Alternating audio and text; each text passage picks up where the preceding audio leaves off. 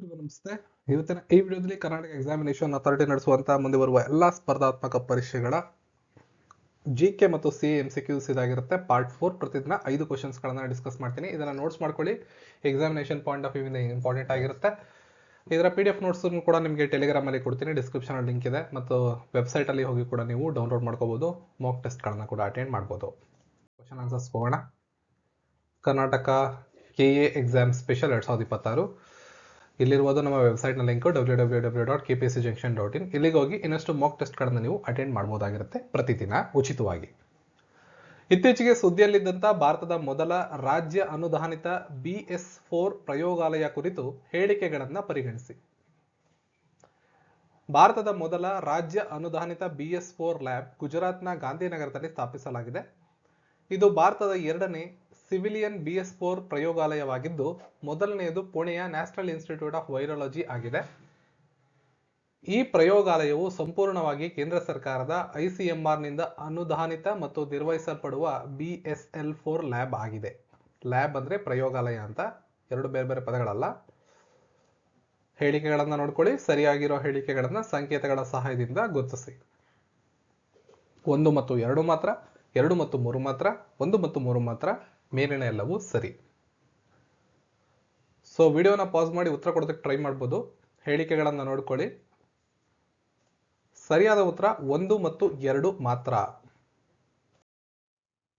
ಮೂರನೇ ಹೇಳಿಕೆ ಯಾಕೆ ತಪ್ಪು? ಈ ಲ್ಯಾಬ್ ಅನ್ನ ICMR ಅಡಿಯಲ್ಲಿ ಇಲ್ಲ. ಸೊ ಆಯ್ಕೆಗಳಲ್ಲಿ ಏನಿದೆ, ಆಪ್ಷನ್ಸ್ ಅಲ್ಲಿ ಕೊಟ್ಟಿರೋದು ಈ ಒಂದು ಪ್ರಯೋಗಾಲಯ ಅನ್ನೋದು ICMR ಅಡಿಯಲ್ಲಿ ಇದೆ ಅಂತ ಹೇಳಿದ್ದಾರೆ. ಆದ್ರೆ ಅದೇ ಅಧಿಕೃತವಾದ ಮಾಹಿತಿಯನ್ನು ನೋಡಿಕೊಂಡ್ರೆ ICMR ಅಡಿಯಲ್ಲಿ ಇದಿರೋದಿಲ್ಲ. ಭಾರತದ ಮೊದಲ ರಾಜ್ಯ ಸರ್ಕಾರದಿಂದ ಸಂಪೂರ್ಣ ಅನುದಾನಿತ ಮತ್ತು ನಿರ್ವಹಿಸಲ್ಪಡುವಂತಹ BS4 ಲ್ಯಾಬ್ ಇದಾಗಿದೆ. ಇನ್ನೆರಡು ಸ್ಟೇಟ್ಮೆಂಟ್ಸು ಸರಿ. ಸ್ಟೇಟ್ ಫಂಡೆಡ್ ಪ್ರಾಜೆಕ್ಟ್ ಇದು. BS4 laboratory Gujarat biotechnological research centre ಅಂತ ಕರಿತೀವಿ, GBRC ಅಂತ. ಗುಜರಾತ್ನ ರಾಜಧಾನಿ ಗಾಂಧಿನಗರದಲ್ಲಿ ಇದನ್ನು ನಿರ್ಮಾಣ ಮಾಡಲಾಗ್ತಾ ಇದೆ. ಸೊ ಇದು ಎರಡನೇದು ಸಿವಿಲಿಯನ್ BSL4 ಲ್ಯಾಬ್. ಇದು ಎರಡನೇದು. ಮೊದಲನೇದು ಯಾವುದು ಅಂತ ಕೇಳಿದ್ರೆ ಪುಣೆಯ national institute of virology NIV ಅಂತ ಹೇಳ್ತೀವಿ. ಇದು ಮೊದಲನೇದು. ಭಾರತದಲ್ಲಿ ಮೊಟ್ಟ ಮೊದಲ ಸಿವಿಲಿಯನ್ BS4 ಲ್ಯಾಬ್ ಯಾವ್ದಾಗಿತ್ತು ಅಂದ್ರೆ ಪುಣೆಯ NIV ಅಂತ ನೀವು ಹೇಳ್ಬೋದಾಗಿರುತ್ತೆ. ಸೊ ಸ್ಥಳಗಳು ಕ್ವಿಕ್ ರಿವಿಷನ್ಸ್ ನೋಡೋದಾದ್ರೆ GBRC ಗಾಂಧಿನಗರ, ಗುಜರಾತ್ನ ರಾಜಧಾನಿ ಗಾಂಧಿನಗರದಲ್ಲಿ ಸ್ಥಾಪನೆ ಮಾಡ್ತಾ ಇದ್ದಾರೆ. ಅಡಿಪಾಯ ಹಾಕಿದ್ದು 13 ಜನವರಿ 2026ರಂದು. ಅಡಿಪಾಯ ಆಗ್ತವ್ರು ಯಾರು ಅಂತ ಕೂಡ ಕೇಳ್ಬೋದು. ನೋಡಿ, ಗುಜರಾತ್ ನ ಮುಖ್ಯಮಂತ್ರಿ ಭೂಪೇಂದ್ರ ಪಾಟೀಲ್ ಅವರ ಉಪಸ್ಥಿತಿಯಲ್ಲಿ ಪ್ರಸ್ತುತ ಕೇಂದ್ರದ ಗೃಹ ಸಚಿವರಾದ ಅಮಿತ್ ಶಾ ಅವರು ಈ ಒಂದು ಕಾರ್ಯಕ್ರಮಕ್ಕೆ ಅಡಿಪಾಯವನ್ನ ಹಾಕಿದ್ರು. 362 ಕೋಟಿ ರೂಪಾಯಿಗಳ ಒಟ್ಟು ವೆಚ್ಚ ಇದೆ. 11,000 ಚದರ ಮೀಟರ್ ವಿಸ್ತೀರ್ಣದಲ್ಲಿ ಇದನ್ನ ನಿರ್ಮಾಣ ಮಾಡಲಾಗ್ತಾ ಇದೆ. ಈ BSL4 ಅಂದ್ರೆ ಬಯೋಸೇಫ್ಟಿ ಲೆವೆಲ್ 4 ಅಂತ. BSL4 ಅಂದ್ರೆ ಬಯೋಸೇಫ್ಟಿ ಲೆವೆಲ್ 4 ಅಂತ ಅರ್ಥ ಮಾಡ್ಕೊಳ್ಳಿ. ಅಂಡ್ ಎಬೋಲಾ, ನೀಪಾ ಮುಂತಾದ ಅತ್ಯಂತ ಅಪಾಯಕಾರಿ ವೈರಸ್ಗಳ ಸಂಶೋಧನೆಗೆ ಬಳಸುವ ಅತ್ಯುನ್ನತ ಜೈವಿಕ ಸುರಕ್ಷತಾ ಪ್ರಯೋಗಾಲಯ ಇದಾಗಿರ್ತದೆ. ನೆಕ್ಸ್ಟ್, ಈ ವರ್ಷದ ಪ್ರಚಲಿತ ವಿದ್ಯಮಾನಗಳ PDF ನಮ್ಮ ಹತ್ರ ಅವೈಲೇಬಲ್ ಇದೆ. ಬೇಕಾದವರು ಇಲ್ಲಿ ವಾಟ್ಸ್ಆಪ್ ನಂಬರ್ ಇದೆ, ಕಾಂಟ್ಯಾಕ್ಟ್ ಮಾಡಿ PDF ನೋಟ್ಸ್ ಗಳನ್ನ ಪರ್ಚೇಸ್ ಮಾಡಬಹುದಾಗಿರುತ್ತೆ. ಇನ್ನು RRB ಗ್ರೂಪ್ ಡಿ ಎಕ್ಸಾಮ್ ಬರ್ತಿರೋದ್ರಿಂದ ಗ್ರೂಪ್ ಡಿ ಎಕ್ಸಾಮ್ ಸಂಬಂಧಪಟ್ಟಂಗೆ ಸೈನ್ಸ್, GKCA ಅಂದ್ರೆ PYQಗಳು 2025-26 ಎಕ್ಸಾಮ್ಸ್ PYQಗಳು ನಮ್ಮ ಹತ್ರ ಇದೆ. ಬೇಕಾದವರು ಪರ್ಚೇಸ್ ಮಾಡಬಹುದು. ಕನ್ನಡ ಭಾಷೆಯಲ್ಲಿ ಲಭ್ಯವಿದೆ. ಸೊ ಮುಂದಿನ ಪ್ರಶ್ನೆ ಈ ತರ ಇದೆ. ಇತ್ತೀಚೆಗೆ ಸುದ್ದಿಯಲ್ಲಿದ್ದಂತ ರಾಜ್ಯದ ಮೊದಲ ಶ್ವಾನದಳ ಡಾಗ್ ಸೆನೆಟರಿ ಕುರಿತು ಕೆಳಗಿನ ಹೇಳಿಕೆಗಳನ್ನು ಪರಿಗಣಿಸಿ. ಇಲ್ಲಿ ರಾಜ್ಯ ಅಂತ ಹೇಳಿದ್ರೆ ಪಂಜಾಬ್ ರಾಜ್ಯ ಅಂತ ಸೇರಿಸಬೇಕು. ಇತ್ತೀಚೆಗೆ ಸುದ್ದಿಯಲ್ಲಿದ್ದ ಪಂಜಾಬ್ ರಾಜ್ಯದ ಮೊದಲ ಶ್ವಾನದಳದ ಕುರಿತಾದಂತಹ ಹೇಳಿಕೆಗಳನ್ನ ಪರಿಗಣಿಸಿ. ಪಂಜಾಬ್ ಸರ್ಕಾರ ರಾಜ್ಯದ ಮೊದಲ ಶ್ವಾನದಳವನ್ನ ಲುಧಿಯಾನಾದ ಹೈಬೋವಲ್ ಡೈರಿ ಕಾಂಪ್ಲೆಕ್ಸ್ ನಲ್ಲಿ ಆರಂಭಿಸಿದೆ. ಈ ಶ್ವಾನದಳದಲ್ಲಿ ಸುಮಾರು 500 ನಾಯಿಗಳಿಗೆ ಆಶ್ರಯವನ್ನ ಕಲ್ಪಿಸುವ ಸಾಮರ್ಥ್ಯವನ್ನ ಹೊಂದಲಾಗಿದೆ. ಇತರ ಪ್ರಮುಖ ಉದ್ದೇಶಗಳಲ್ಲಿ ರಸ್ತೆ ನಾಯಿಗಳ ಕಡಿತ ಪ್ರಕರಣವನ್ನು ತಗ್ಗಿಸುವುದು ಮತ್ತು ಸ್ಟೆರಿಲೈಸೇಷನ್ ಹಾಗೂ ವ್ಯಾಕ್ಸಿನೇಷನ್ ಮೂಲಕ ದೀರ್ಘಕಾಲೀನ ನಿಯಂತ್ರಣವನ್ನು ಸಾಧಿಸುವುದೇ ಈ ಒಂದು ಡಾಗ್ ಸ್ಯಾನಿಟರಿಯ ಸ್ಥಾಪನೆಯ ಪ್ರಮುಖವಾದ ಉದ್ದೇಶ. ಸಂಕೇತಗಳಿದೆ, ಉತ್ತರ ಕೊಡೋದಕ್ಕೆ ಟ್ರೈ ಮಾಡಿ. ಪಂಜಾಬ್ ರಾಜ್ಯದಲ್ಲಿ ನಿರ್ಮಾಣವಾಗಿರುವಂತಹ ಪಂಜಾಬ್ ರಾಜ್ಯದ ಮೊದಲ ಶ್ವಾನದಳದ ಕುರಿತು ಹೇಳಿಕೆಗಳನ್ನು ಕೊಡಲಾಗಿದೆ. ಸರಿಯಾದ ಉತ್ತರ ಮೇಲಿನ 3 ಸರಿ. ಪಂಜಾಬ್ ರಾಜ್ಯ ಸರ್ಕಾರ ಇತ್ತೀಚೆಗೆ ತನ್ನ ಲುಧಿಯಾನಾದ ಹೈಬೋವಲ್ ಡೈರಿ ಬಳಿ ತನ್ನ ರಾಜ್ಯದ ಮೊದಲ ಶ್ವಾನದಳವನ್ನ ಪ್ರಾರಂಭ ಮಾಡಿದೆ.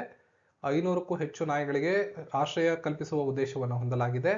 ಡಾಗ್ ಬೈಟ್ ಪ್ರಕರಣಗಳನ್ನ ಕಡಿಮೆ ಮಾಡುವುದೇ ಪ್ರಮುಖವಾದ ಉದ್ದೇಶ. ಜೊತೆಗೆ ನಾಯಿಗಳಿಗೆ ಆಹಾರ, ಚಿಕಿತ್ಸೆ, ಆಶ್ರಯವನ್ನು ಒದಗಿಸುವುದು ಮತ್ತೆ ವ್ಯಾಕ್ಸಿನೇಷನ್ ಮಾಡೋದು, ಸ್ಟೆರಿಲೈಸೇಷನ್ ಮತ್ತು ವ್ಯಾಕ್ಸಿನೇಷನ್ಗಳ ಮೂಲಕ ಅವುಗಳ ಕಡಿತವನ್ನ ನಿಯಂತ್ರಣ ಮಾಡುವುದು, ಅಗ್ರೆಸಿವ್ನೆಸ್ನ ಕಡಿಮೆ ಮಾಡುವುದು ಮತ್ತು ಎನ್ವೈರನ್ಮೆಂಟಲ್ ಫ್ರೆಂಡ್ಲಿ, ಹ್ಯೂಮನ್ ಫ್ರೆಂಡ್ಲಿ ಮಾಡುವಂತಹ ಒಂದು ಪರಿಕಲ್ಪನೆಯೊಂದಿಗೆ ಈ ಯೋಜನೆಯನ್ನ ಜಾರಿಗೆ ತರಲಾಗಿದೆ. ಅನುಷ್ಠಾನ ಆಗಿದ್ದು 19 ಜನವರಿ 2026ರಂದು. ನೆಕ್ಸ್ಟ್, ಬೇಟಿ ಬಚಾವೋ ಬೇಟಿ ಪಢಾವೋ ಅಭಿಯಾನದ ಕುರಿತು ಕೆಳಗಿನ ಹೇಳಿಕೆಗಳನ್ನ ಪರಿಗಣಿಸಿ. ನೋಡ್ಕೋಬಹುದು.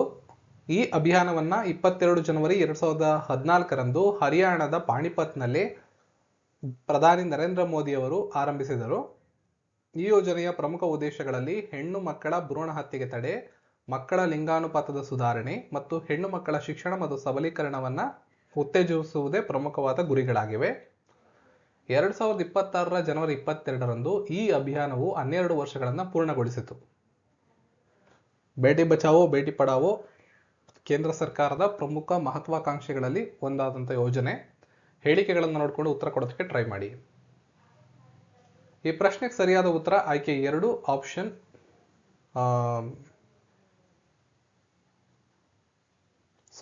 ಎರಡು ಮಾತ್ರ. ಇಲ್ಲಿ ಕೊಟ್ಟಿರುವಂತಹ ಹೇಳಿಕೆಗಳಲ್ಲಿ ಸರಿಯಾಗಿರೋದು ಆಯ್ಕೆ 2, ಆಪ್ಷನ್ ಬಿ 2 ಮಾತ್ರ ಅಂತ ಆಗ್ಬೇಕು, 3 ಮಾತ್ರ ಅಲ್ಲ. ಬೇಟಿ ಬಚಾವೋ ಬೇಟಿ ಪಢಾವೋ ಅನ್ನೋ ಕಾರ್ಯಕ್ರಮವ 22 ಜನವರಿ 2015ರಂದು ಪ್ರಾರಂಭ ಮಾಡಿದ್ರು, 2014ರಂದಲ್ಲ. ಹರಿಯಾಣದ ಪಾಣಿಪತ್ತಲ್ಲಿ ಪ್ರಧಾನಿ ನರೇಂದ್ರ ಮೋದಿ ಅವರು ಆರಂಭ ಮಾಡಿದ್ರು. ಈ ಅಭಿಯಾನಕ್ಕೆ ಇವಾಗ 11 ವರ್ಷಗಳು ಸಂಪೂರ್ಣವಾಗಿರ್ತವೆ 2026ರ ಜನವರಿ 22ಕ್ಕೆ. ಓಕೆ, ಇದು 2014 ಅಂತ ಆಪ್ಷನ್ಗಳಲ್ಲಿ ಕೊಟ್ಟಿದ್ರು, ಹಾಗಾಗಿ ಅದು ತಪ್ಪಾಗುತ್ತೆ. ಮತ್ತು 12 ವರ್ಷ ಅಂತ ಕೊಟ್ಟಿದ್ರು, ಅದು ಕೂಡ ತಪ್ಪಾಗುತ್ತೆ. 2026ಕ್ಕೆ 11 ವರ್ಷಗಳ ಸಂಪೂರ್ಣ ಆಗಿರುತ್ತೆ. ಇನ್ನು ಮೋದಿ ಅವರು ಪ್ರಾರಂಭ ಮಾಡಿದ್ರು ಹರಿಯಾಣ ರಾಜ್ಯದ ಪಾಣಿಪತ್ತಲ್ಲಿ ಅನ್ನೋದು ನೋಡ್ಕೊಂಡಿರ್ಬೇಕು ನೀವು. Save the girl child, educate the girl child ಅನ್ನೋದೇ ಈ ಒಂದು ಬೇಟಿ ಬಚಾವೋ ಬೇಟಿ ಪಢಾವೋ ಯೋಜನೆಯ ಪ್ರಮುಖವಾದ ಥೀಮ್ ಆಗಿರುತ್ತೆ. ಇದಕ್ಕೆ ಸಂಬಂಧಪಟ್ಟಂಗೆ ಬಹಳಷ್ಟು ವಿಚಾರಗಳನ್ನು ನೋಡ್ಕೊಳ್ಳೋದಾದ್ರೆ ನಾವು ಈ ಯೋಜನೆಯ ಪ್ರಮುಖ ಉದ್ದೇಶಗಳಲ್ಲಿ ಚೈಲ್ಡ್ ಸೆಕ್ಸ್ ರೇಷಿಯೋ CSR ಇದನ್ನು ಸುಧಾರಣೆ ಮಾಡಬೇಕು ಅನ್ನೋದೇ ಪ್ರಮುಖವಾದ ಉದ್ದೇಶ ಆಗಿರುತ್ತೆ. ಸೆಕ್ಸ್ ರೇಷಿಯೋ ಅಟ್ ಬರ್ತ್ 2014-15ರಿಂದ 918 ಇದ್ದಿದ್ದು 2023-24ರಲ್ಲಿ 930 ಆಗಿದೆ. ಸ್ವಲ್ಪ ಸುಧಾರಣೆಯನ್ನು ಕಂಡಿದೆ. ಈ ನಿಟ್ಟಿನಲ್ಲಿ ಇದಕ್ಕೆ ಸಂಬಂಧಪಟ್ಟಂಗೆ ಹಲವಾರು ಯೋಜನೆಗಳನ್ನ ರಾಜ್ಯ ಸರ್ಕಾರಗಳು, ಕೇಂದ್ರ ಸರ್ಕಾರಗಳು ಜಾರಿಗೆ ತರ್ತಿರ್ತವೆ. ಅದನ್ನು ನೀವು ಸ್ವಲ್ಪ ತಿಳ್ಕೊಂಡಿರಬೇಕು. ಕೇಂದ್ರವೇ ಜಾರಿಗೆ ತಂದಿರುವಂತಹ ಇನ್ನು ಕೆಲವು ಯೋಜನೆಗಳಲ್ಲಿ ಸುಕನ್ಯಾ ಸಮೃದ್ಧಿ ಯೋಜನೆ ಹೆಣ್ಣು ಮಕ್ಕಳ ಆರ್ಥಿಕ ಭದ್ರತೆಗೆ ಪ್ರಮುಖವಾದಂಥ ಒಂದು ಉಳಿತಾಯ ಯೋಜನೆ ಇದಾಗಿರುತ್ತೆ. ಸೊ ಇಷ್ಟು ನೀವು ನೋಡ್ಕೊಂಡಿರ್ಬೇಕಾಗುತ್ತೆ, ಇಂಪಾರ್ಟೆಂಟು. ಇದು ಯಾವಾಗ ಪ್ರಾರಂಭ ಆಯಿತು ಅನ್ನೋದನ್ನ ನಿಮಗೆ ಗೊತ್ತಿದ್ರೆ ಉಳಿದಂಥ ಮಾಹಿತಿಗಳನ್ನು ನೀವು ಹೇಳ್ಬೋದು. ಯೋಜನೆ ಯಾವಾಗ ಆರಂಭ ಆಯಿತು, ಯಾವ ಸ್ಥಳದಲ್ಲಿ ಆರಂಭ ಮಾಡಿದ್ರು, ಯಾರು ಉದ್ಘಾಟನೆ ಮಾಡಿದ್ರು, ಅದರ ಪ್ರಮುಖವಾದ ಉದ್ದೇಶವೇನು. ನೆಕ್ಸ್ಟ್, ಇತ್ತೀಚೆಗೆ ಸುದ್ದಿಯಲ್ಲಿದ್ದಂತಹ 16 ವರ್ಷಕ್ಕಿಂತ ಕಡಿಮೆ ವಯಸ್ಸಿನ ಮಕ್ಕಳ ಸಾಮಾಜಿಕ ಮಾಧ್ಯಮ ಬಳಕೆಯ ಕುರಿತು ಕೆಳಗಿನ ಹೇಳಿಕೆಗಳನ್ನು ಪರಿಗಣಿಸಿ ಅಂತಿದೆ. ಆಂಧ್ರ ಪ್ರದೇಶ ಸರ್ಕಾರ 16 ವರ್ಷಕ್ಕಿಂತ ಕಡಿಮೆ ವಯಸ್ಸಿನ ಮಕ್ಕಳಿಗೆ ಸಾಮಾಜಿಕ ಮಾಧ್ಯಮದ ಬಳಕೆಯನ್ನು ನಿಷೇಧಿಸುವ ಬಗ್ಗೆ ಪರಿಶೀಲನೆಯನ್ನು ನಡೆಸುತ್ತಿದೆ. ಈ ಪ್ರಸ್ತಾವಿತ ಕ್ರಮವು ಆಸ್ಟ್ರೇಲಿಯಾದಲ್ಲಿ ಜಾರಿಗೊಂಡ ಅಂಡರ್ 16 ಸೋಷಿಯಲ್ ಮೀಡಿಯಾ ಬ್ಯಾನ್ ಕಾನೂನಿನಿಂದ ಪ್ರೇರಿತವಾಗಿದೆ. ಈ ನಿಯಮ ಜಾರಿಯಾದರೆ ಭಾರತದಲ್ಲಿ ರಾಜ್ಯ ಮಟ್ಟದಲ್ಲಿ ಇಂತಹ ನಿರ್ಬಂಧ ಜಾರಿಗೊಳಿಸಿದ 2ನೇ ರಾಜ್ಯ ಆಂಧ್ರ ಆಗುತ್ತದೆ. ಸಂಕೇತಗಳನ್ನು ನೋಡ್ಕೊಳ್ಳಿ. ಸೊ 16 ವರ್ಷಕ್ಕಿಂತ ಕಡಿಮೆ ವಯಸ್ಸಿನ ಮಕ್ಕಳು ಸೋಷಿಯಲ್ ಮೀಡಿಯಾವನ್ನು ಬಳಸಬಾರ್ದು, ಬ್ಯಾನ್ ಮಾಡಬೇಕು ಅಂತ ಹೇಳಿ ಆಂಧ್ರ ಪ್ರದೇಶ ಸರ್ಕಾರ ನಿರ್ಣಯವನ್ನು ಕೈಗೊಂಡು ಅದಕ್ಕೆ ಸಂಬಂಧಪಟ್ಟಂಗೆ ಹೇಳಿಕೆಗಳಲ್ಲಿ ಕೊಡಲಾಗಿದೆ. ಇಲ್ಲಿ 1 ಮತ್ತು 2ನೇ ಹೇಳಿಕೆ ಮಾತ್ರ ಸರಿ ಇದೆ. 3ನೇ ಹೇಳಿಕೆ ಯಾಕೆ ತಪ್ಪು ಅಂತ ನೋಡೋದಾದ್ರೆ, ಈ ಪ್ರಸ್ತಾವನೆ ಜಾರಿಯಾದಂತಹ ಸಂದರ್ಭದಲ್ಲಿ ಭಾರತದಲ್ಲಿ ಇಂತಹ ಯೋಜನೆಯನ್ನ ಜಾರಿಗೆ ತಂದಂತಹ ಅಥವಾ ಇಂತಹ ನಿರ್ಬಂಧವನ್ನ ಜಾರಿಗೊಳಿಸಿದಂತಹ ಮೊದಲ ರಾಜ್ಯ ಆಗುತ್ತೆ ಆಂಧ್ರ. ಇದುವರೆಗೂ ಯಾವುದೇ ರಾಜ್ಯ ಆ ಥರ ಒಂದು ಕಾರ್ಯವನ್ನ ಮಾಡಿಲ್ಲ. ಹಾಗಾಗಿ ಮೊದಲನೇ ರಾಜ್ಯ ಆಗುತ್ತೆ, 2ನೇ ರಾಜ್ಯ ಆಗೋದಿಲ್ಲ. ಇದರ ಇನ್ಫ್ಲೂಯೆನ್ಸ್ ಬಂದ್ಬಿಟ್ಟು ಆಸ್ಟ್ರೇಲಿಯಾ 2025ರ ಅಂತ್ಯದಲ್ಲಿ ಅಂಡರ್ 16 ಕಿಡ್ಸ್ಗಳನ್ನ ಸೋಷಿಯಲ್ ಮೀಡಿಯಾ ಬಳಸೋದನ್ನ ಬ್ಯಾನ್ ಮಾಡಿದ್ರು, ಕಾನೂನು ತಂದಿದ್ದಾರೆ ಅಲ್ಲಿ. ಹಾಗಾಗಿ ಇದರ ಇನ್ಫ್ಲೂಯೆನ್ಸ್ನಲ್ಲಿ ನಮ್ಮ ಭಾರತದ ಆಂಧ್ರ ಪ್ರದೇಶ ಸರ್ಕಾರ ಕೂಡ ಈ ನಿಯಮವನ್ನು ಜಾರಿಗೆ ತಂದಿತ್ತು. ಇಷ್ಟು ನಿಮ್ಗೆ ಗೊತ್ತಿರಬೇಕು. ಯಾಕೆ ಯಾವ ಒಂದು ಕಾರಣಕ್ಕೆ ಇದನ್ನು ತರಲಾಗಿದೆ ಅಂದರೆ, ಈ ಒಂದು ಸೋಷಿಯಲ್ ಮೀಡಿಯಾವನ್ನು ಅಂಡರ್ 16 ಮಕ್ಕಳು ಬಳಸೋದ್ರಿಂದ ಮಕ್ಕಳ ಮಾನಸಿಕ ಆರೋಗ್ಯದ ಮೇಲೆ ಪರಿಣಾಮ ಬೀರುತ್ತೆ. ಆನ್ಲೈನ್ ಸುರಕ್ಷತೆ ಇರೋದಿಲ್ಲ, ಸೈಬರ್ ಕಿರುಕುಳಕ್ಕೆ ಒಳಗಾಗ್ತಾರೆ, ಡಿಜಿಟಲ್ ವ್ಯಸನ ಅಂದರೆ ಮೊಬೈಲ್ ಅಡಿಕ್ಷನ್ ಅಂತ ಏನು ಕರಿತೀವಿ ಅದಕ್ಕೆ ಸಂಬಂಧಪಟ್ಟಂಗೆ ಸೋಷಿಯಲ್ ಮೀಡಿಯಾ ಅಡಿಕ್ಷನ್ಸ್ ಉಂಟಾಗುತ್ತೆ. ಟ್ವಿಟರ್ ಇರ್ಬೋದು, ಫೇಸ್ಬುಕ್ ಇರ್ಬೋದು, ಇನ್ಸ್ಟಾಗ್ರಾಮ್ ಇರ್ಬೋದು, ಇನ್ಸ್ಟಾಗ್ರಾಮ್ನ ರೀಲ್ಸ್ಗಳಿರ್ಬೋದು, ಇವುಗಳ ಅಡಿಕ್ಷನ್ಗಳಿಗೆ ಮಕ್ಕಳು ಒಳಗಾದರೆ ಅವರ ಶಿಕ್ಷಣದ ಮೇಲೆ ಅದು ವ್ಯತಿರಿಕ್ತವಾದ ಪರಿಣಾಮ ಬೀಳುತ್ತೆ. ಜೊತೆಗೆ ಅವರ ವ್ಯಕ್ತಿತ್ವದ ಮೇಲೂ ಕೂಡ ವ್ಯತಿರಿಕ್ತವಾದ ಪರಿಣಾಮ ಬೀರುತ್ತೆ. ಈ ಉದ್ದೇಶದಿಂದ ಇದನ್ನ ತರುವಂತ ನಿಟ್ಟಿನಲ್ಲಿ ಆಂಧ್ರ ಪ್ರದೇಶ ಸರ್ಕಾರ ಈ ಕ್ರಮವನ್ನ ಕೈಗೊಂಡಿದೆ. ನೆಕ್ಸ್ಟ್, ಇತ್ತೀಚೆಗೆ ಜಿಐ ಟ್ಯಾಗ್ ಪಡೆದಂತಹ ಕಲಾರಿ ಅಂತ ಕೂಡ ಹೇಳ್ತಾರೆ, ಹಾಲು ಆಧಾರಿತ ಉತ್ಪನ್ನದ ಕುರಿತ ಕೆಳಗಿನ ಹೇಳಿಕೆಗಳನ್ನ ಪರಿಗಣಿಸಿ. ಸೊ ಕಲಾಡಿಯು ಜಮ್ಮು ಮತ್ತು ಕಾಶ್ಮೀರದ ಸಾಂಪ್ರದಾಯಿಕ ಚೀಸ್ ಆಗಿದೆ. ಇದನ್ನ ಜಮ್ಮುವಿನ ಮೊಜಾರೆಲ್ಲಾ ಎಂದು ಕರೆಯುತ್ತಾರೆ. ಕಲಾಡಿ ಇತ್ತೀಚೆಗೆ ಭೌಗೋಳಿಕ ಸೂಚ್ಯಾಂಕವನ್ನ ಪಡೆದುಕೊಂಡಿದೆ. ಒಂದಕ್ಕೊಂದು ರಿಲೇಟೆಡ್ ಇದೆ, ಆಪ್ಷನ್ಸ್ಗಳು ನೋಡ್ಕೋಬಹುದು ನೀವು. ನಿಮ್ಗೆ ಇದ್ರ ಬಗ್ಗೆ ಮಾಹಿತಿ ಇದ್ರೆ, ಒಂದಕ್ಕೊಂದು ರಿಲೇಟೆಡಬಲ್ ಇನ್ಫಾರ್ಮೇಶನ್ಸ್ ಇದ್ರೆ ಇದು ಮಾತ್ರ ಇದಕ್ಕೆ ಆನ್ಸರ್ ಮಾಡ್ಬೋದು. ಮೊದಲನೇದು, ಇದು ಜಮ್ಮು ಕಾಶ್ಮೀರಕ್ಕೆ ಸಂಬಂಧಪಟ್ಟಿದ್ದ ಅಂತ ನಿಮಗೆ ಗೊತ್ತಿರಬೇಕು ಕ್ವಶನ್ಸ್ಗಳಲ್ಲಿ ಆನ್ಸರ್ ಮಾಡಬೇಕಾದ್ರೆ. ಹಾಗಿದ್ರೆ ಮಾತ್ರ ನೆಕ್ಸ್ಟು ಜಮ್ಮುವಿನ ಮುಜರೆಲ್ಲಾ ಅಂತ ಇದನ್ನ ಕರೀತಾರ ಅಂತ ಹೇಳ್ಬೋದು ನೀವು. ಅದಾದ್ಮೇಲೆ ಇದಕ್ಕೆ ಇತ್ತೀಚೆಗೆ ಜಿಐ ಟ್ಯಾಗ್ ಸಿಕ್ಕಿತಾ ಅಂತ ಹೇಳ್ಬೋದು. ಮೊದಲನೇ ಇನ್ಫಾರ್ಮೇಶನ್ ಗೊತ್ತಿಲ್ಲ ಅಂದಾಗ ಇನ್ನು ಉಳಿದಂತ ಇನ್ಫಾರ್ಮೇಶನ್ಸ್ಗಳನ್ನ ಆನ್ಸರ್ ಮಾಡೋದು ಎಕ್ಸಾಮಿನೇಷನ್ಸ್ ಅಲ್ಲಿ ತುಂಬಾ ಕಷ್ಟ ಆಗುತ್ತೆ. ಒಂದು ಮಿನಿಮಮ್ ಇನ್ಫಾರ್ಮೇಶನ್ ನಿಮ್ಮ ಹತ್ರ ಇರಲೇಬೇಕಾಗುತ್ತೆ ಒಂದು ಕ್ವಶನ್ ಅಟೆಂಡ್ ಮಾಡಬೇಕಾದ್ರೆ. ಈ ಪ್ರಶ್ನೆಗೆ ಸರಿಯಾದ ಉತ್ತರ ಮೇಲಿನ 3 ಹೇಳಿಕೆಗಳು ಸರಿಯಿದೆ. ಕಲಾಡಿ ಅಥವಾ ಕಲಾರಿ ಎನ್ನುವುದು ಜಮ್ಮು ಕಾಶ್ಮೀರದ, ವಿಶೇಷವಾಗಿ ಜಮ್ಮು ಪ್ರದೇಶದ ಸಾಂಪ್ರದಾಯಿಕ ಹಾಲು ಆಧಾರಿತ ಚೀಸ್ ಆಗಿದೆ. ಇದನ್ನ ಜಮ್ಮೂಸ್ ಮುಜರೆಲ್ಲಾ ಅಂತ ಕರೀತಾರೆ ಜನಪ್ರಿಯವಾಗಿ. ಇತ್ತೀಚೆಗೆ ಇದಕ್ಕೆ ಜಿಐ ಟ್ಯಾಗ್, ಜಿಐ ಅಂದ್ರೆ ಜಿಯೋಗ್ರಾಫಿಕಲ್ ಇಂಡಿಕೇಶನ್ ಅಂತ, ಇದರ ಉತ್ಪಾದನೆ ಮತ್ತು ಮಾರುಕಟ್ಟೆ ವಿಸ್ತರಣೆಗೆ ಈ ಜಿಐ ಟ್ಯಾಗ್ ಸಿಕ್ಕಿರೋದು ಇವಾಗ ತುಂಬಾ ಅನುಕೂಲ ಮಾಡಿಕೊಡುತ್ತೆ.